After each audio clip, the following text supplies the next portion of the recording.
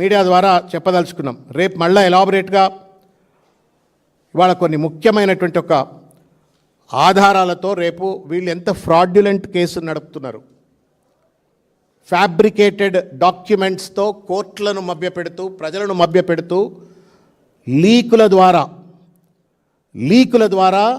2 ఏళ్లుగా దీన్ని ఒక నెట్ఫ్లిక్స్ సిరీస్ లెక్క నడిపిస్తూ ప్రజలను ఎట్లా మభ్యపెడుతూ రాజకీయ లబ్ధి పొందాలని చెప్పని చిల్లర ప్రయత్నం చేస్తున్నటువంటి ఒక ఈ ప్రభుత్వము, రేవంత్ రెడ్డి గారు, వాళ్ళతో కొల్యూడైనటువంటి ఒక భారతీయ జనతా పార్టీ అందరికి కూడా కనువిప్పు కలిగేటట్టుగా ఎవిడెన్సెస్తో రేపు పొద్దుగాల మళ్ళీ కొన్ని డాక్యుమెంట్లు మీడియా వాళ్ళ దృష్టికి తీసుకొచ్చే ప్రయత్నం చేస్తారు. 2 years సార్ ఇది, నోవేర్ ఇన్ ద కంట్రీ. ఇటువంటి కేసులో ఒక 5,000 square feet 3,000 square feet ఉన్నటువంటి ఒక ఎస్ఐబి ఆఫీస్, అది 2-3 మిషన్లు ఉంటే ఉండొచ్చేమో. దాన్ని కొండంతోమి ఎలుకని పట్టినట్టు గుంస్తూనే ఉన్నారు, సాగదీస్తూనే ఉన్నారు. ఎలుకను కూడా పట్టలేదు కొండందవి. 350 మందిని మేము ఎంక్వైరీ చేసినాం అంటున్నారు. ఏం చేసినారు ఇంతవరకు అన్నా గుణమే చేయబెట్టుకోవాలి. అసలు ఇటువంటి ఎంక్వైరీ ఇక్కడ ఉంటుందా అని. సిట్కు మరి ఎందుకు ధైర్యం లేదంటే ఆ లీకుల మీద ఎందుకు ధైర్యపడతా ఉన్నారు? గాంధీ భవన్ ఎందుకు ప్రాసిక్యూషన్ సెంటర్ అవుతుంది? మీడియా ఛానళ్ళు ఎందుకు ట్రయల్ హౌసెస్ అవుతాయి? ట్రయల్ కోర్ట్స్ ఎందుకు మీడియా ఛానళ్ళు అవుతాయి? గాంధీ భవన్ ఎందుకు ప్రాసిక్యూషన్ కోర్ట్ అవుతుంది? సోషల్ మీడియా ఎందుకు లీగల్ ట్రయల్స్ చేస్తుంది? సిట్ ఎందుకు మూతికి తాళం వేసుకొని బండి సంజయ్ లాంటి వాళ్ళతో మాట్లాడిపిస్తుంది? నేను అడుగుతున్న, బండి సంజయ్ లాంటి వాళ్ళతో ఎందుకు మాట్లాడిస్తున్నారు? ఒక బండి సంజయ్ మాట్లాడతలేడు, మీడియా ఛానళ్ళు మాట్లాడుతున్నాయి, గాంధీ భవన్లో కూర్చున్నటువంటి ఒక స్పోక్స్ పర్సన్స్ మాట్లాడుతున్నారు, చర్చలకు వచ్చిన వాళ్ళు మాట్లాడుతున్నారు. పని కట్టుకొని బట్టగాల్చి మీద వేస్తున్నట్టుగా కనబడతలేదా? నేను ఒక వీడియో చూపెడతా చివరిగా ప్రెస్ మీట్ క్లోజ్ చేసే ముందు. ఇంత జరుగుతుంటే కూడా కేసీఆర్ గారు ఒకటే మాట చెప్పిండ్రు, వీఆర్ డెమోక్రాట్స్. మనము రాజ్యాంగం మీద గౌరవం ఉన్నటువంటి వాళ్ళు, ప్రజాస్వామ్యం మీద గౌరవం ఉన్నటువంటి వాళ్ళం. వాడు ఎన్ని కేసులన్నా పెట్టుకోనియండి, ఎన్ని చిల్లర డ్రామాలన్నా ఆడినియండి, లెటస్ కోఆపరేట్ అని చెప్పని ఆ పెద్ద మనిషి 72 సంవత్సరాల వయసులో ఒక దొంగ కమిషన్, గోస్ట్ కమిషన్ అని చెప్పని కమిషన్ వేస్తే కూడా వచ్చిండు, నిలబడ్డాడు, రిపోర్ట్ ఇచ్చిండు. దాంట్లో ఏం లేకపోతే తప్పించుకోవడానికి మళ్ళీ సిబిఐ అని చెప్పని దాటవేత ధోరణికి ఎట్లా పాల్పడ్డో చూసినాం. అదే ధోరణి నిన్న హరీష్ రావు గారికి నోటీస్ ఇచ్చినా, ఇవాళ కేటీఆర్ గారికి ఇచ్చిన బాధ్యత కలిగిన ఒక లా అబైడింగ్ సిటిజన్స్ లెక్క పోయిండ్రు, కూర్చొని ఉన్నారు. వినండి రేవంత్ రెడ్డి ముచ్చట ఒకసారి వినండి.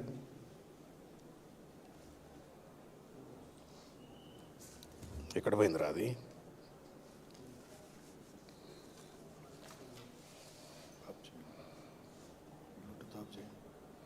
బ్లూటూత్ ఆఫ్ చేయి.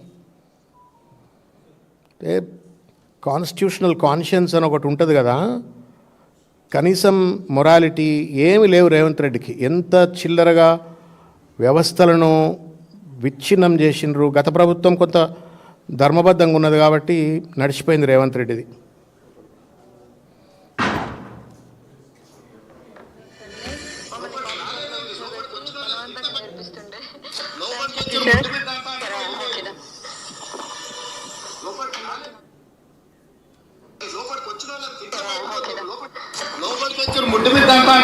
నమస్కారం.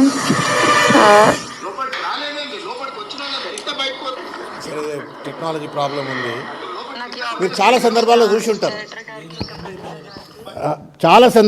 చూసి ఉంటారు, రేవంత్ రెడ్డి గారి దగ్గరికి పోలీసులు వచ్చి నోటీసులు ఇవ్వడానికో, లేదు సినిమా డ్రామాలు చేసే విధంగా రోడ్ల మీద నేను అడ్డమైన విన్యాసాలు చేస్తా అంటే హౌస్ అరెస్టులు చేయటమో ఏదో చేయటానికి వస్తే, రౌడీ లెక్క బయటకు వచ్చి ఎవడా వాడు నన్ను అరెస్ట్ చేయడానికి వచ్చింది, నాకు నోటీసులు ఇవ్వడానికి వచ్చింది, ముడ్డి మీద దంతా అని పోలీసు వాళ్ళని అన్నాడు. ముడ్డి మీద దంతా అన్నందుకే కేసు పెట్టి లోపలేయచ్చు వాస్తవం చెప్పాలంటే.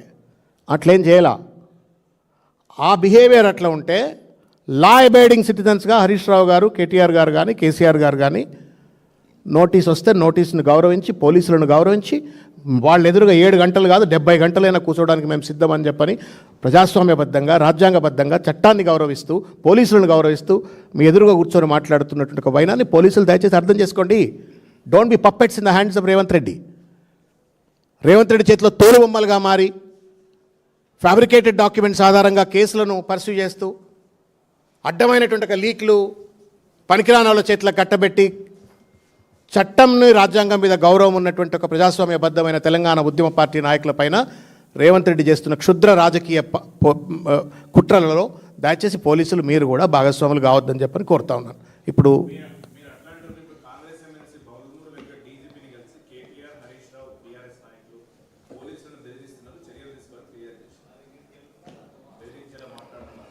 నేను ఇప్పుడే మీకు వీడియో చూపెట్టిన కదన్న.